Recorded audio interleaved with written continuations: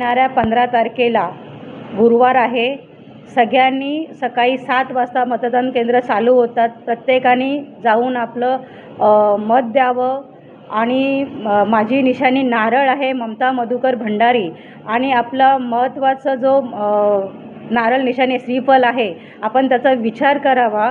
आणि 8 नंबर आहे, 8 नंबरला आपलं हे नारळ निशाणी चिन्ह आहे, त्याच्यावर मतदान करून आपला सहकार्य मला द्याल. एक स्त्री म्हणून तुम्ही सगळे माझ्या पाठीशी राहाल अशी आशा करते. ताई, मुंबई महानगरपालिकेची निवडणूक घोषित झाल्यानंतर आपण प्रभाग क्रमांक 44 मधून अपक्ष उमेदवार अर्ज भरला, परंतु मुंबईमध्ये आता एकच चर्चा आहे की मतदारांचा उमेदवार जे आहेत तिथले स्थानिक उमेदवार सत्ताधारी असो किंवा इतर कोणते, ज्याचा तुम्ही घाम फोडला आहे, इथपर्यंत तुमचा प्रचार पोहोचलेला आहे. प्रथम तुम्ही आघाडी चांगली घेतलेली आहे, तुम्हाला मतदारांचा वाढता पाठिंबा मिळतो, काय सांगाल तुम्ही?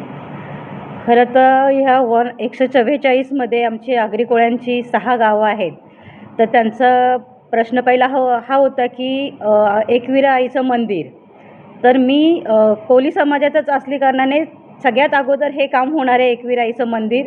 गाववाल्यांसाठी तो एक मुद्दा मी उचललेला आहे. जेव्हा माझी निवडणूक होईल पहिलं काम हातात तेच घेईन आणि ते गाववाल्यांसाठी एक करून घ्यायचं एकविरा आईचं मंदिर.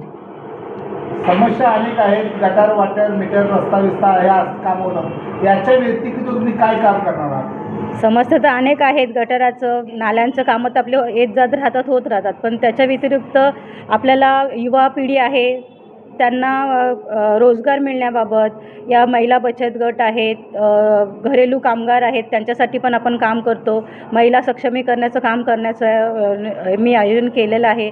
अनेकदा मी त्यांच्यासाठी काम केलेलं आहे. उतरून महिला बचत गटासाठी भरपूर असे कोर्सेस केले आहेत. रिक्षा ट्रेनिंग असो, बाकीचं कम्प्युटर कोर्सेस असो, सुगरण कोर्सेस असो, अनेक कोर्स महिलांसाठी मी दिलेले आहेत याआधी. यापुढेही त्यांना मी चांगले कोर्सेस देऊन त्याच्या सहबलावरती त्यांना उभं करू शकते. त्यांच्या तुमची सामाजिक बांधिलकी जोपासत असताना तुम्ही अनेक कामे केलेली आहेत. ही चर्चा तर गावात पण आहे आणि पूर्ण तुमच्या प्रभाग क्रमांक 44मध्ये आहे.